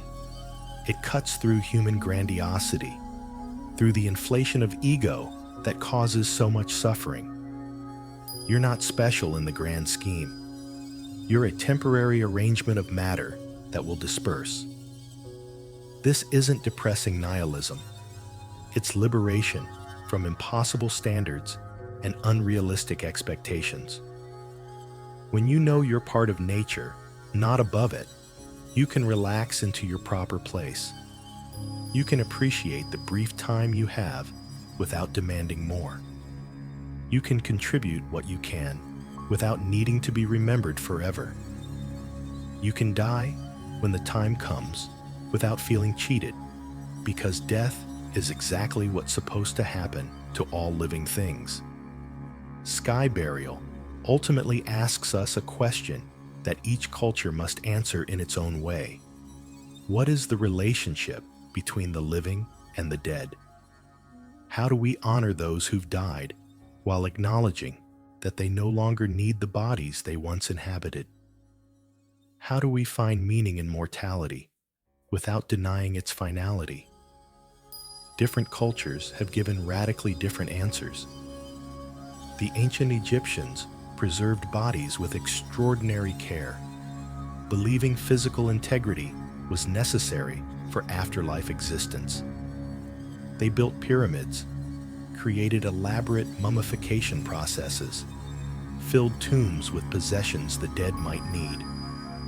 The body remained central to continued existence. The Zoroastrians of India built dakmas, towers of silence, where bodies were exposed to vultures, similar to Tibetan practice, but with different theological reasoning. They believed earth, fire, and water were too sacred to be contaminated by dead flesh, so only air and scavenger birds could handle remains. The Toraja people of Indonesia keep deceased family members in their homes for months or years, treating them as sick rather than dead, maintaining relationship with the body until elaborate funeral ceremonies can be arranged. Death doesn't sever connection immediately, but gradually, with the body remaining part of family life during transition. Some traditional Maori practices involve secondary burial, where bodies were placed in caves to decompose. Then bones were later collected, cleaned, and kept by family as sacred taonga, treasures. The skeleton became focus of ancestral reverence, while the flesh was allowed to disappear. In modern Western practice, we've chosen sanitization and removal. Bodies disappear quickly into professional management. We see them briefly at viewings, then they vanish permanently into ground or flame. The relationship between living and dead becomes almost entirely memorial, maintained through photographs, stories, grave visits, but not through any physical presence of remains. Each approach reflects different values, different beliefs about personhood and consciousness, different relationships to the physical body. None is objectively correct. They're culturally constructed responses to universal biological fact. Bodies cease functioning and must be handled somehow. Sky Burial's answer is particularly elegant in its honesty. The dead don't need their bodies. Consciousness has departed, and what remains is matter that can serve final useful purpose by feeding life. This honors the deceased through generosity rather than preservation, through ecological integration rather than separation.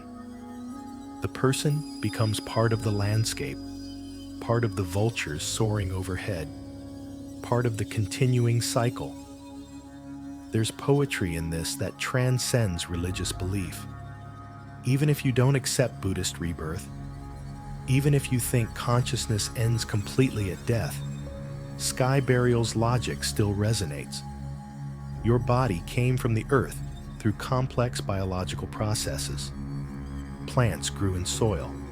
You ate plants or animals that ate plants, and those nutrients became your flesh and bone. In death, that process reverses. You return what you borrowed, completing the exchange. This is true regardless of burial method, of course. Buried bodies decompose and feed soil bacteria, insects, plant roots. Cremated ashes contain minerals that enrich wherever they're scattered. We all return to circulation. Sky Burial simply makes this return faster and more intentional, feeding complex organisms rather than just microbes, supporting birds rather than just worms. But perhaps the deepest teaching isn't about bodies at all. It's about acceptance. Sky Burial demonstrates that humans can look directly at mortality without flinching, without elaborate denial mechanisms, without needing to pretend death is something other than what it is. Death is transition from organization to disorganization, from complexity to simplicity. from living system to component materials. This isn't tragic. It's neutral process, neither good nor bad, simply inevitable. Our culture's death anxiety stems partly from refusing to accept this. We want consciousness to continue, bodies to persist, loved ones to remain accessible somehow. When reality fails to cooperate, we feel cheated, angry, desperate. We construct elaborate afterlife narratives. We preserve bodies unnaturally. We do everything possible to avoid accepting that death is real and final and happens to everyone eventually. Tibetan culture, through practices like sky burial, demonstrates that acceptance is possible and that it doesn't require nihilism or despair. Yes, bodies die and decompose. Yes, everyone you love will die. Yes, you will die too, probably sooner than you'd prefer. These facts don't become less true through denial, but they also don't have to be devastating. They can be integrated into life understanding in ways that add depth and meaning rather than just fear.